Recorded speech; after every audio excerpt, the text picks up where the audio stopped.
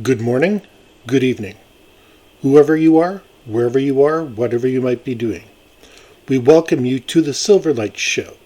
The silverlight shines to illuminate that which lies hidden in darkness. For those of you listening on the Life Online Radio Network, we welcome you in. For those of you listening on YouTube, we welcome you in. A shout out to our sponsor, at Affinity WES. That's Affinity Writing and Editing Services. If you do anything at all with writing, they're ready and able to help you out. Affinity Writing and Editing Services was actually put into business before the pandemic struck. It just turns out it's a lucky business because it's capable of maintaining its operations through the pandemic, given that it has low overheads and the services can be rendered anywhere in the world. My significant other, who's modifying the bunker, which is where I'm broadcasting to you from today, she's trying her hand at running her own business. And I don't really have a problem with that. I think she has a decent model. I have a couple questions about it, but it seems like she has everything worked out. I'm going to let that one play out because it could turn out to be pretty good. The problem in analyzing both these businesses, I've realized not everybody's going to make it. 2021 is the year of the fake out, the year of the big switcheroo. And people are just starting to adapt after a year of being locked up, cooped up, etc. And we're all so focused on what we're doing, nobody is noticing the signals that are being clearly given. My intention with this show was never to be heavily economics focused. I'm a bit of a polymath, which means I like to study different subjects. And I did author a paper in university that was pretty well received. I mean, 98% is not bad at all, and acclaim from my professor and teacher's assistant and everybody. That doesn't mean I'm a particular genius at it. So that's why I'm going to start this week with the more anomalous event that is something I want to cover, but I'm probably going to wind up back in the economics world because there's so much happening right there, right now. It's impossible to avoid the Great Reset, or as I like to call it, the Great Crunch. And it's coming, and not everybody will survive. Let's start off with the first brilliant little trick. I bet you didn't notice a little sleight of hand after all the riots in Washington and all the chaos in putting in the new president, because it was slipped in very gently in the news. But to really recognize it for what it is, we have to go back a little bit in time. Donald Trump, while he was president, authorized the creation of a space force. Now, while it does sound a bit cartoony, understandably it matches. The Air Force, the Space Force, it does match with the theme. And to be quite honest, anything else would have sounded equally ridiculous, so I'm not going to make fun of the name. But the Space Force has control of all operations in space, which means satellites, which means anything NASA doesn't control, and make no mistake, NASA is, at its core, a military body. It pretends to be civilian, but not only do they get mostly military people there, they also have an article in their constitution that says they are subordinate to the military of the U.S. government. This is ultimately why the space shuttle was a failure as a design, because the space shuttle had to be designed to meet both civilian requirements, going up, building a space station, all that stuff, and military requirements, which involved putting it into a circumpolar orbit, which means going over the pole, capturing a satellite and bringing it down to Vandenberg Air Force Base in California. For those of you who remember, the shuttle almost exclusively launched from Florida. I don't believe it launched anywhere else at all. But the U.S. government had the time, money, resources to build a second shuttle spaceport in California, across the country. Ask yourself, why would this be necessary? Well, the answer is simple. In the event of war or something else, you'd be able to capture enemy satellites. And the promise for the space shuttle in the very beginning was that it would be able to go up a couple times a week. So if you have a fleet of 5 or 6 of the things, you could have actually done severe damage to enemy infrastructure just by plucking their satellites out of the sky. Now this is kind of what brings us to the modern day Space Force. It was waved into existence by the stroke of a pen. And a lot of people made fun of it because the Air Force was already doing basically the same idea. But the Space Force takes over anything above the Kardashev line, which is about 100 kilometers up. This means not only is it worried about reconnaissance satellites, orbital missions, but anything space-related, like UFOs, like comets, like asteroids, alien life. All that would come under the purview of the Space Force. I'm telling you nothing you don't know here, but this is where things get interesting. In the last couple days of his administration, Donald Trump signed an executive order that ordered the CIA and the FBI to turn over all their files, declassify them, and make them available to the public. UFO researchers mostly celebrated. Not me. I recognize an old trick when I see it, and it is a brilliant trick. Donald Trump is going to be able to walk out of this saying he did what he could to declassify the information, and he's not wrong. But here's where you got hoodwinked. By making the Space Force, all those documents that the CIA and the FBI would have had before would have been transferred to the Space Force, because it's up to them to deal with extraterrestrial threats. So the CIA and the FBI would no longer have those files. They've had 3 years to transfer them, and Donald Trump has given them another 180 days, or however many days are left, to continue transferring them over, making sure everything's off the books, maybe declassify a couple files that are vaguely interesting that people will go, ooh, look at that, and everything will be kept under wraps, just as securely as it was before. Donald Trump gets to claim he's the champion of the people, at the same time as serving the people who don't want you to know. Like I said, 2021, the year of deception. Another thing that nobody is thinking about while they're hurrying about trying to set up their online businesses, pay their bills, not get kicked out because they have no money, and the various things that everybody is dealing with right now, aside from the absurdly rich, is the promise of the vaccine. Now, I am neutral in the debate over the virus and the vaccine and whether they're necessary. I'll be honest, I'm probably not going to get one, but the reason I'm not getting one is not what you think. And it's a personal reason. It has nothing to do with my friends and family. I encourage them to make an informed, intelligent decision. But I will not for reasons that are informed, intelligent, and purely personal. But the Prime Minister of Canada just dropped a bombshell. Did you hear it?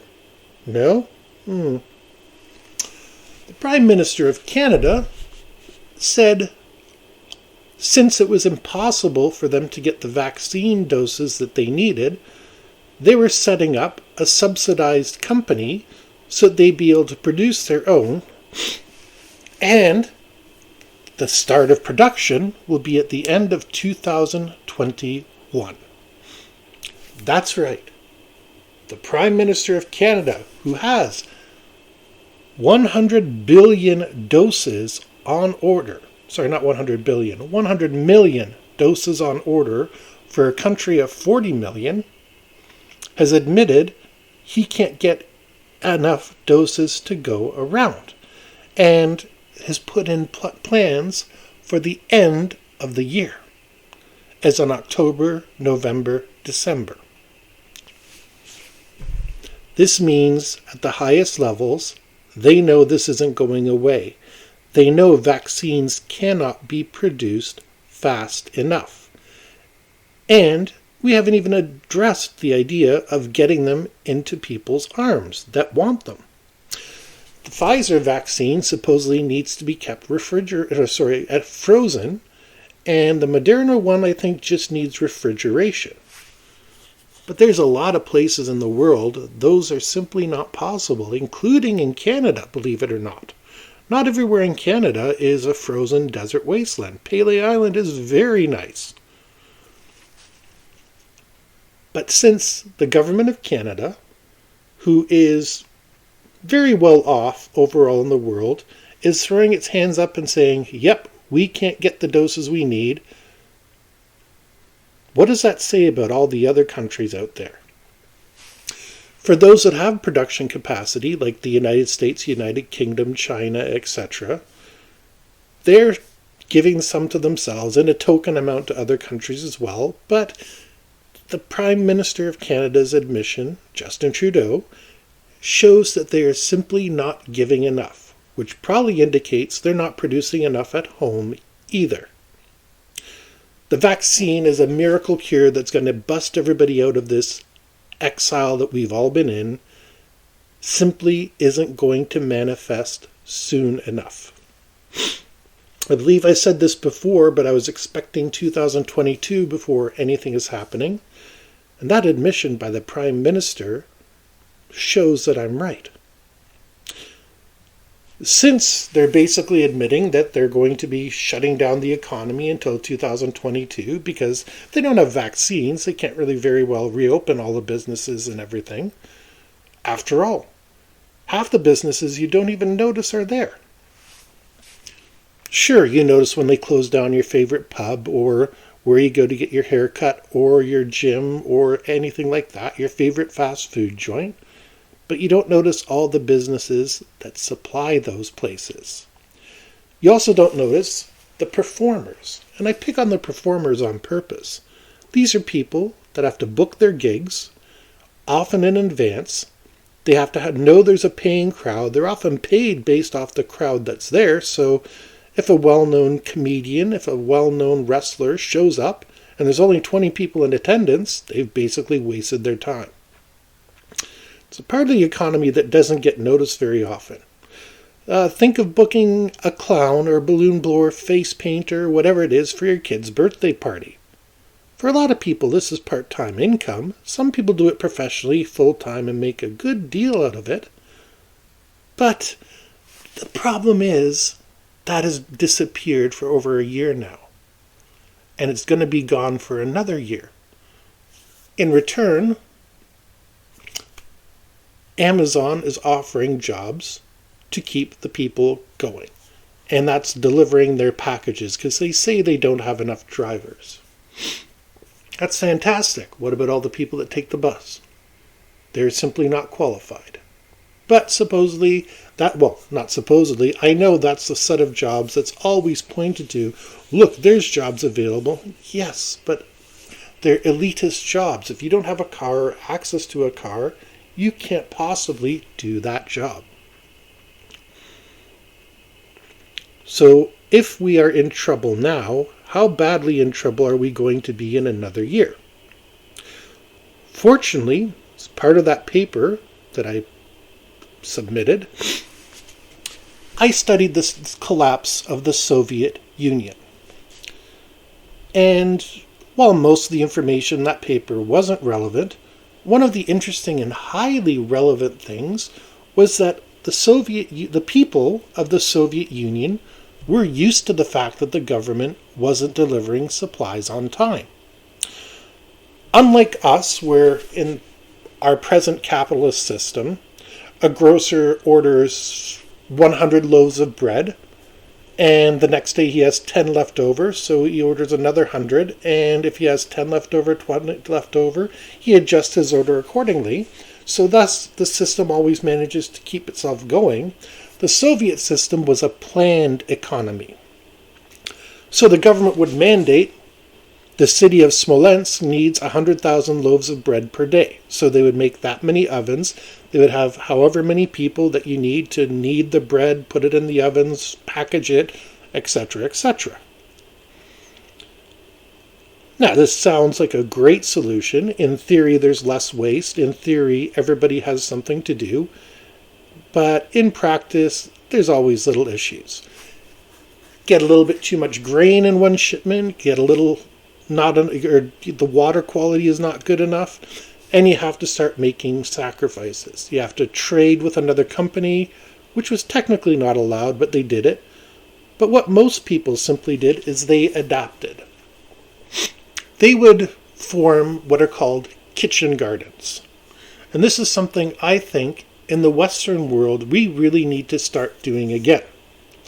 Now, a kitchen garden is pretty simple.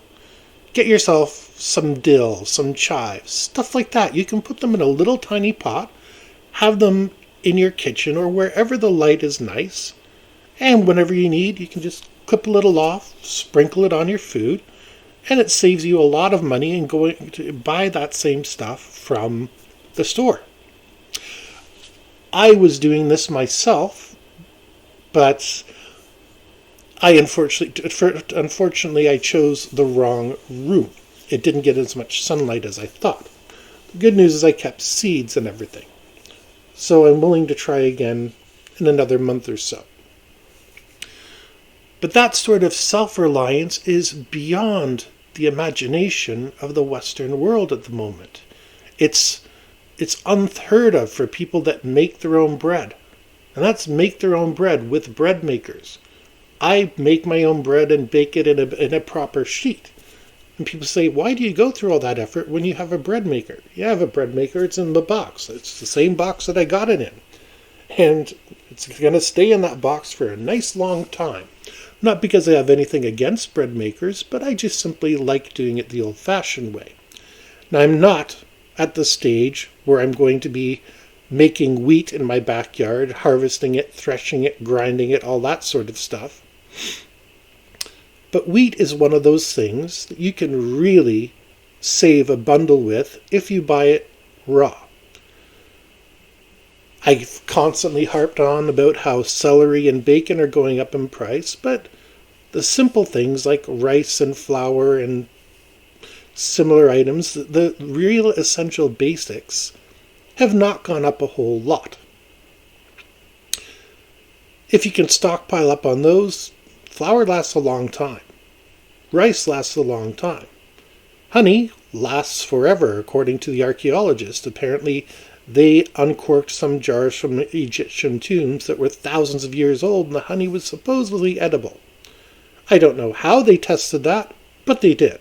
They're archaeologists. They're smarter than I am as far as that goes.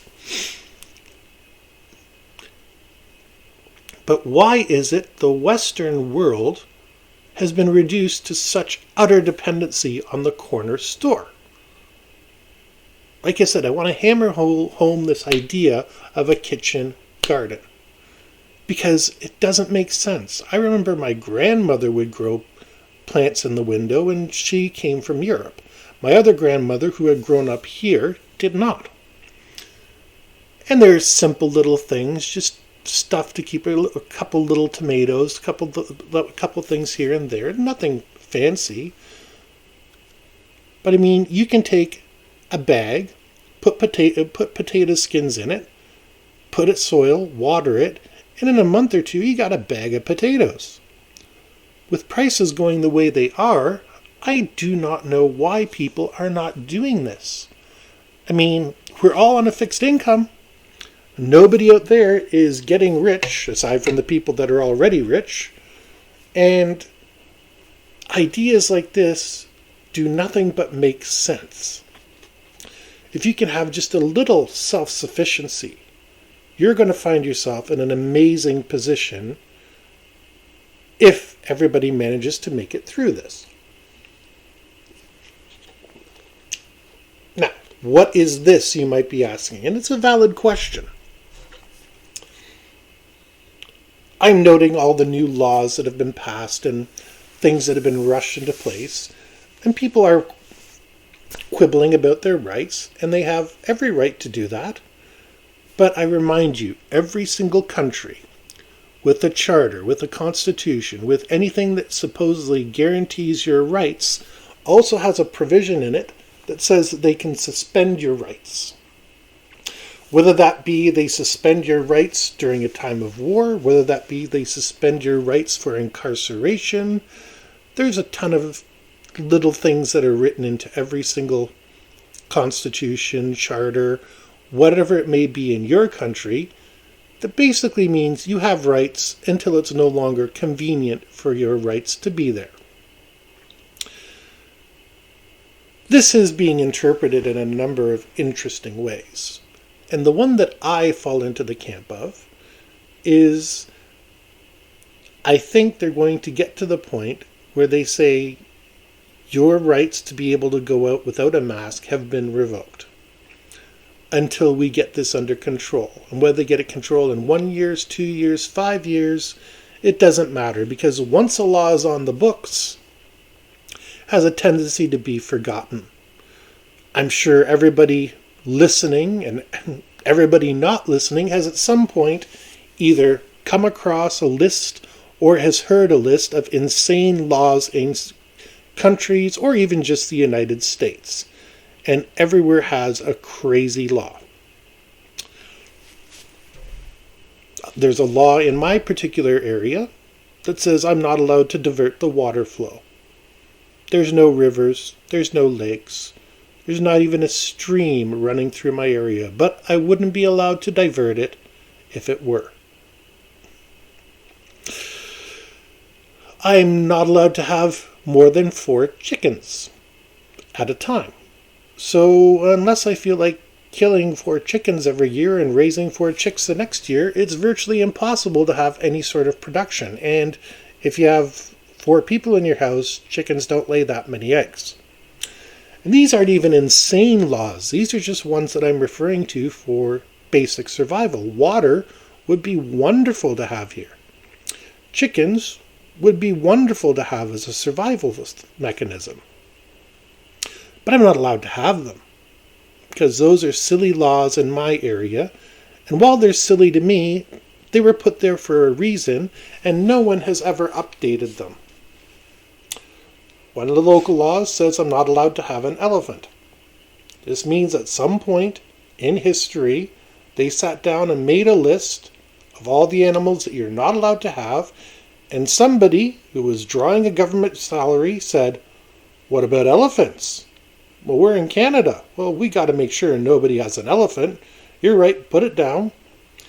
And thus a silly law was born. So we have to be careful what gets passed into law, even temporarily, because laws have a tendency to stick around for a long, long time. This is where, unfortunately, we get back into the economic part. Oh, I want to go back to doing anomalous stuff and ghosts and goblins and the more fun conspiracies, but current events simply don't allow me to. Behind the scenes, I'm sure you've heard of the Great Reset in capitalism, if not from me, then from the world. Well, having conned my way onto the International Monetary Fund's email list, con is a bad word, I just found the way to get it, I've gotten the documents delivered. I haven't unpacked all of them, but I feel confident enough to spend the next little bit giving a brief overview of their idea of resetting capitalism. Now, to start with, Trying to think of a good place to start with this. Let's start with Klaus Schwab. Klaus Schwab was born in Germany in 1938, which means for the first 7 years of his life he had a rather interesting and significant influence on his life. I don't think I need to remind anybody who was in charge in Germany between 1933 and 1945. His father worked for a Swiss company named Escher Wyss. They did a lot of things. Mostly they're an engineering firm. They made boats, ships, planes, stuff like that. Now, planes is where things become interesting. They were making propellers for the Spanish military. The Spanish military was flying Messerschmitt fighters.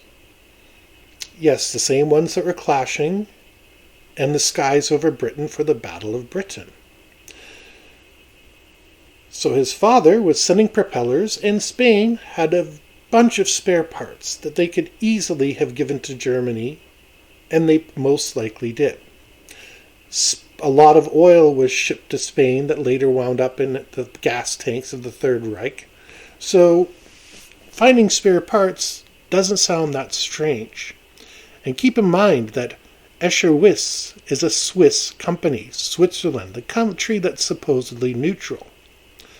What a lot of people don't know is that U.S. bomber groups on their way to Germany often had to fight through Swiss fighters to get to their targets in Germany.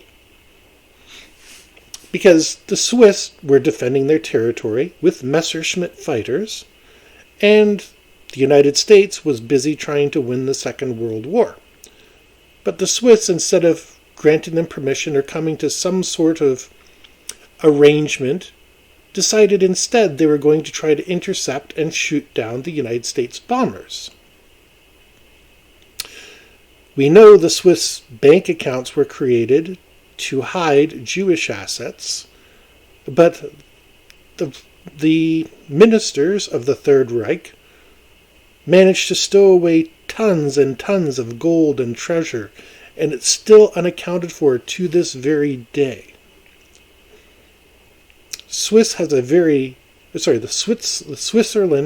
I always get that mixed up. I'm sorry.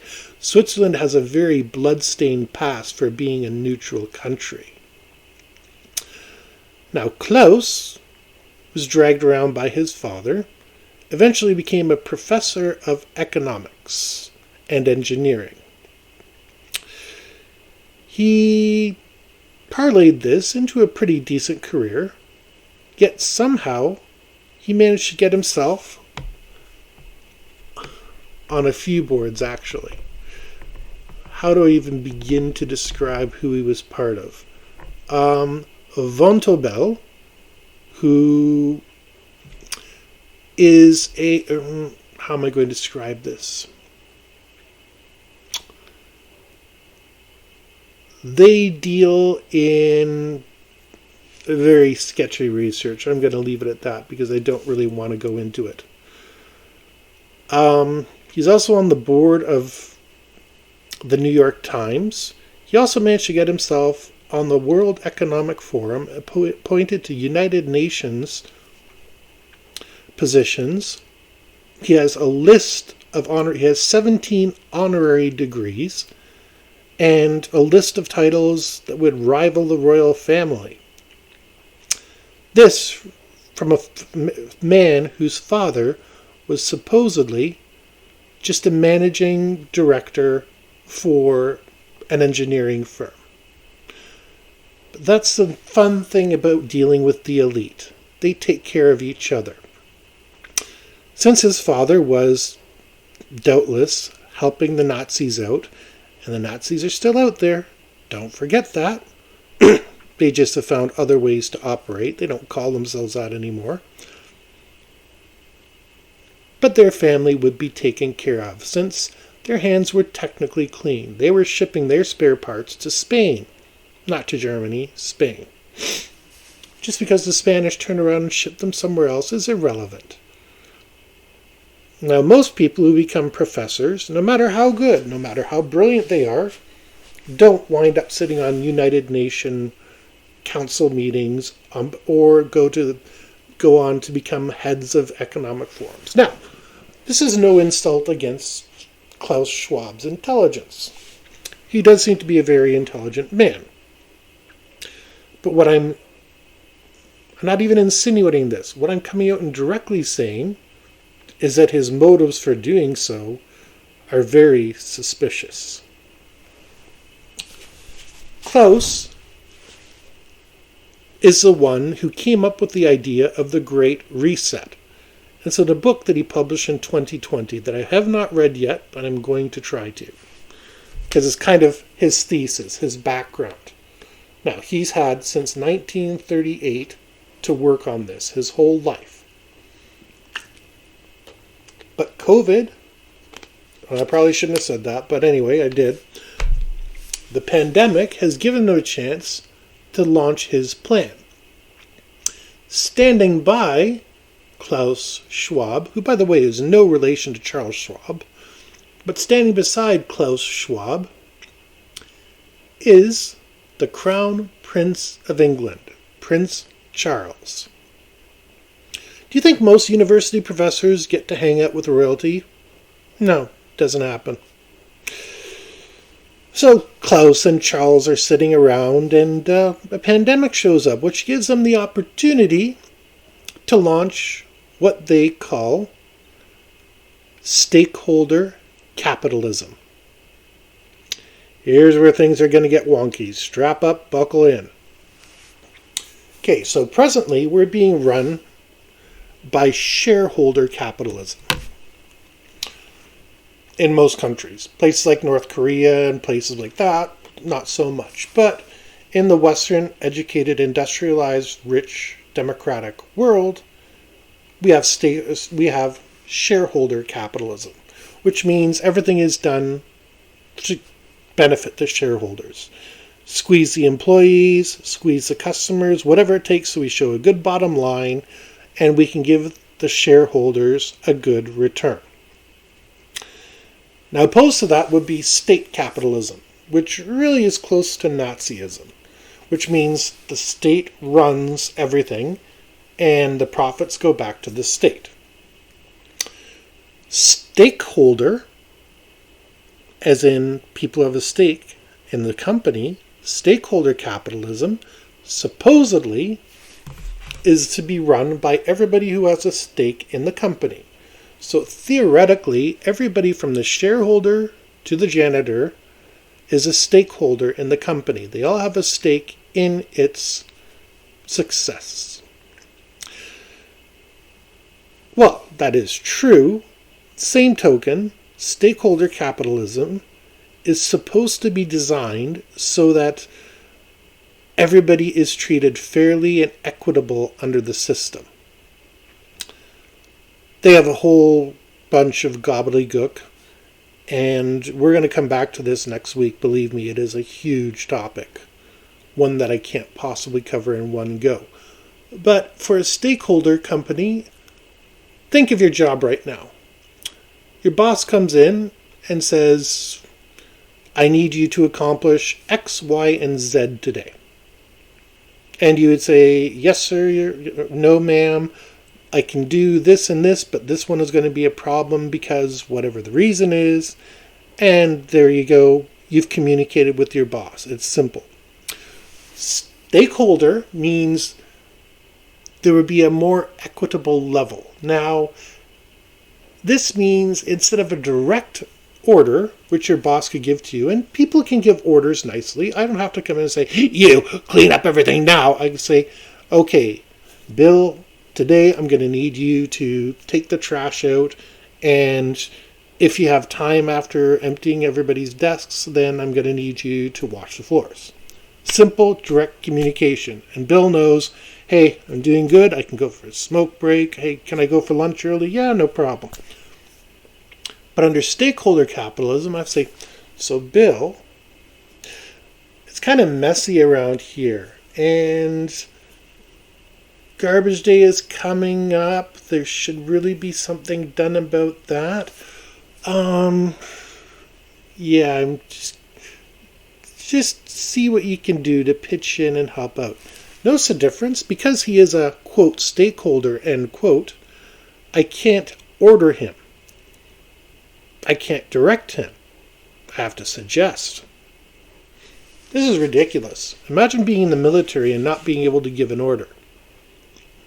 Yeah, I'm going to need you to assault that trench that's well dug in and concrete fortifications. It'd be nice if you didn't die. No commander would be like that. Right, squad, we're going to move forward. 4 of you are going to flank to the left. 4 of you are going to stay in the center. Keep the covering fire on them. Keep the enemy's head down. 3, everybody move into position. Go. Which person sounded better? Which person do you trust? And it's the same with life in general at the moment. We make fun of the snowflake generation a lot because we have to do everything so nicely, but we are the authors of that problem. It's never right to beat your children. Never. That being said, a little spank on the bottom never hurt anybody. But right now, we've made it so that teachers, principals, and even police are not being allowed to touch a minor. They've just passed a law, I think it was in Ohio, where using pepper spray on minors will be illegal. This is a very problematic law. While I agree, police need to have their use of force governed better, telling them don't use pepper spray on a kid, definitely the wrong direction. I recognize children are allergic to things. I recognize some of them can have horrible reactions. And deaths have resulted from pepper spray and mace and all the other wonderful chemicals they give the officers to use. That being said, you're taking a tool out of the hand of an officer. So now when a police officer approaches a situation, and we've all seen those situations where a 16-year-old is there and he's got a scruffy little beard, and you're thinking, is he 16? Is he 18? Is he a young-looking 20? Is he 14? You can't always tell the age of a kid, and this has been a problem forever. So we're expecting an officer who's in a tense situation, whatever it is, to be making this guess about whether this is a minor or not. It's not like he can exactly say, I'm Officer Wilkins. How old are you? No kid is going to answer that question. So the officer in question is going to be left with nothing but his gun. So we're just encouraging officers to shoot more kids.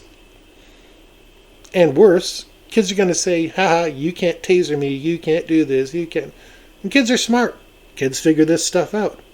And we are passing the laws that those kids know about.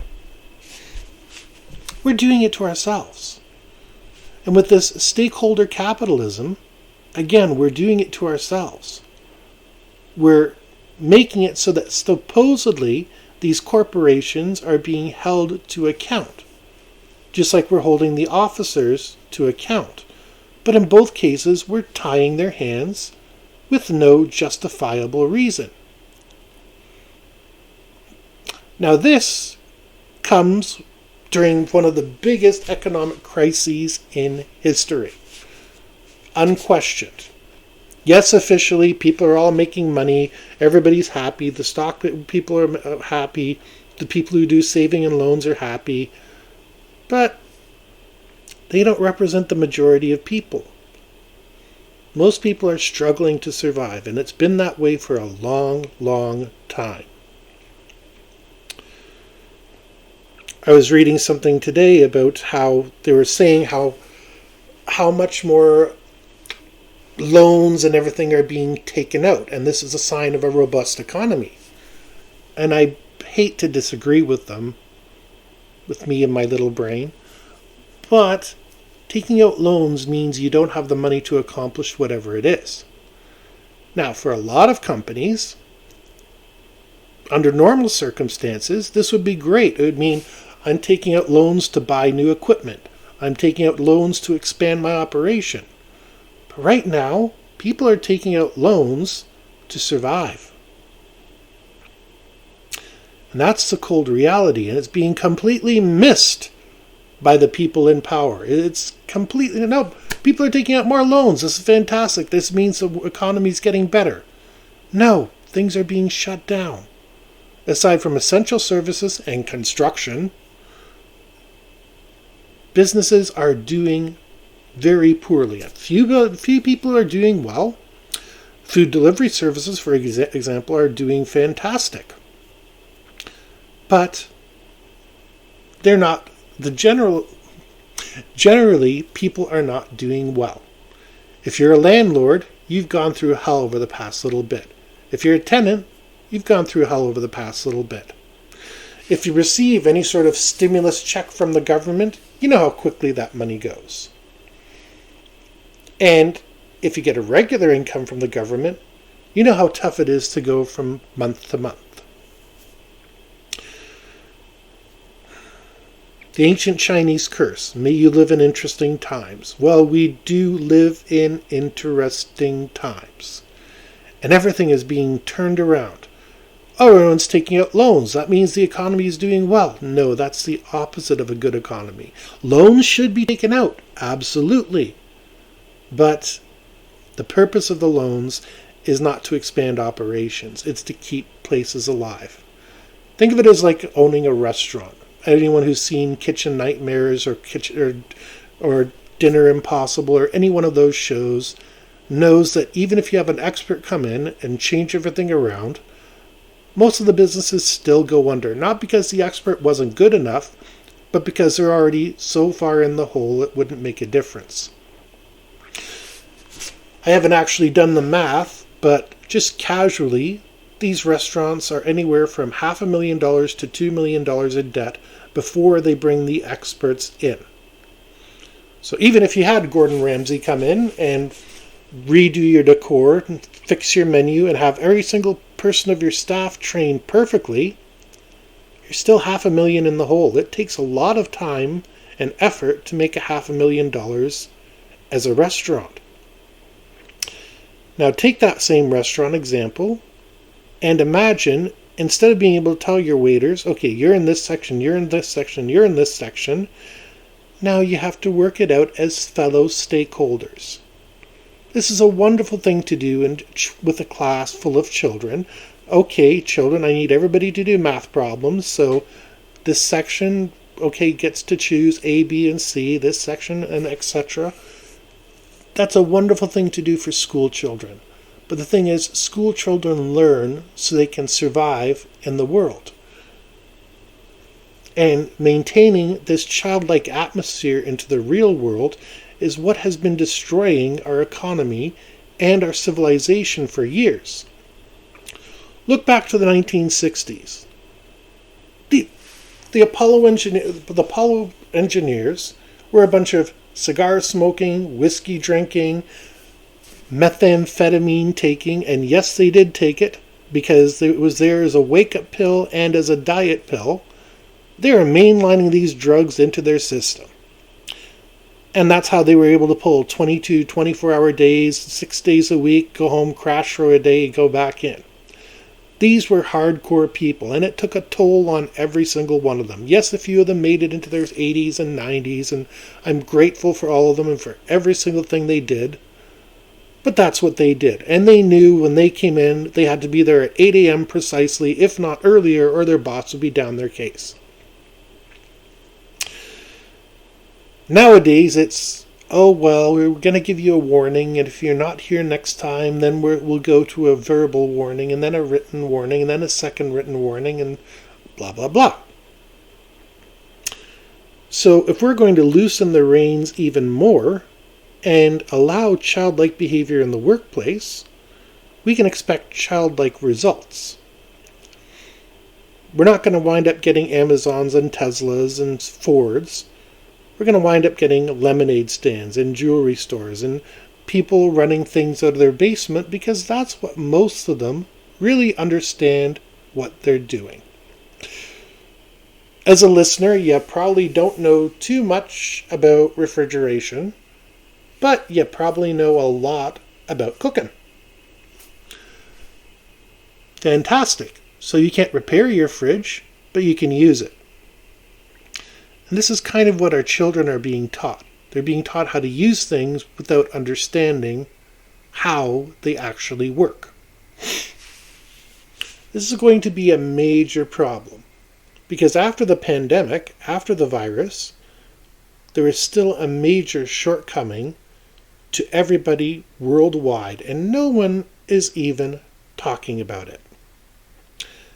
After this virus, what's to prevent another virus from hitting us? A computer virus. The internet was turned on in the 1970s, and it's been going ever since. The problem with the internet is it's a lot like New York City. It's been ripped up and rebuilt and rerouted and patched so many times that New York City people don't know what they're doing when they're digging down and looking to repair a sewer line. There's stuff that's been down there for a couple hundred years. The internet is the same way. There's technology that you're listening to this broadcast on that dates back to the 1970s that this has been switched through. And maybe you hear a crackle, maybe it's working fine, but it's still been chugging away for about 50 years now. We've been able to get by on patches and making things look nice and making things run a little smoother, but that's not how you repair anything. Supposedly there's 4 people in the world that can shut the internet down, which is great. But what happens if the internet shut down by itself? How many businesses could realistically go back to pen and paper operations? How many people could survive in a pandemic situation without the internet? It would be nearly impossible for us to reconstruct it because the technicians that put it together are those same people from the 1960s who were drugged up, who were drunked up, and they were smoking up. They're all gone now, or they're so far gone their memory would not be very useful. We would have to go through and basically do internet archaeology to try to figure out what went wrong and rebuild it. And there are very few people with the actual raw knowledge to go in and say, okay, this relay has burnt out, we need to fix it, and on this we need to replace the software, and that'll get this section running again. We simply don't have people in those positions. We have people that understand the internet, they understand how to get around things, they understand how to route things, but at the same token, the basic pathways are so corrupted and so degenerate that the whole system could come collapsing down at any minute. And then all the plans that we have, everything that we have set in place for the future, will be shot to hell and back, because it will take a decade to get it going again. From scratch, maybe longer. And all those people that depend on the internet without knowing it, that's trucking companies, that's people with business in their basement, governments, cities who are transferring information from one system to another. Everywhere is depending on that same thing. The pandemic is that bad, but our computers are so much worse. I find it interesting that it would cost about maybe $1 billion, and even if it costs more, that's fine. $1 billion was the last estimate I heard about 5-10 years ago to safeguard all the infrastructure in North America from an electromagnetic pulse attack. Be that from a nuclear warhead, be it a sudden surge from the sun, whatever it might be. And here we are where the government is trying to stimulate money, where they want construction to continue, and nobody is hardening the grid against the inevitable failure. We just assume it's okay, let's build another roadway. Everything's fine, John. Yep, Your cell phone still got a signal? Fantastic, buddy. And that's all people care about. When they turn on their computer, they want to see their sports scores. They want to see which celebrities got divorced today. And that is what is keeping the countries together at the present time. It's just so that we can turn on our internet, our TV, our infrastructure, and have entertainment delivered to us. Not only is our own monetary situation in jeopardy, but our informational security is in jeopardy. Think for a second, what would happen if Wall Street or Bay Street or any street that you care to name suddenly shut down?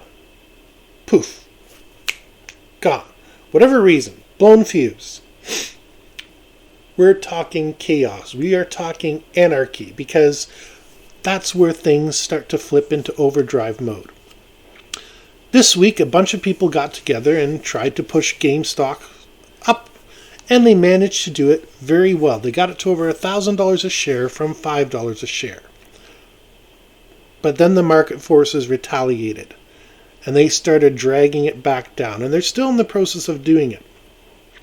A lot of people, they made money, a lot of people lost money, but basically what they showed is no matter what we do, the forces that are in charge are going to do whatever they want, and they have the power to do it. And when they don't have the power to do it, they start using their cheats, their little ins, their little ways to get around the system. So if the Wall Street computers decided to have a hiccup and not work, billions, trillions of dollars could be lost in a heartbeat. Wouldn't matter what kind of business you're running, unless you're a farmer, in which case farmers are really in a good position, I think, right now. Corporations are still messing them over, but the same token, at least they have the ability to say, these are my chickens, this is my wheat. For the rest of us, how long can you really keep going on the food that you have stored away? Hopefully it's more than a month, because like I said, the way things are looking, you're looking at 2022 before any sort of improvement is being made. And that's just the beginning. You think this year was bad? You think last year was bad, 2020? 2021, the year where nothing is as it seems. We wish to thank you for joining us for the Silverlight Show. This show is supported entirely by the books that we sell. So there's a link in the description to our Amazon account, and there's several books there for your consideration, with more that will be coming out shortly. All information in this broadcast is considered free, and really, not everybody's going to make it, but I honestly hope everybody out there does.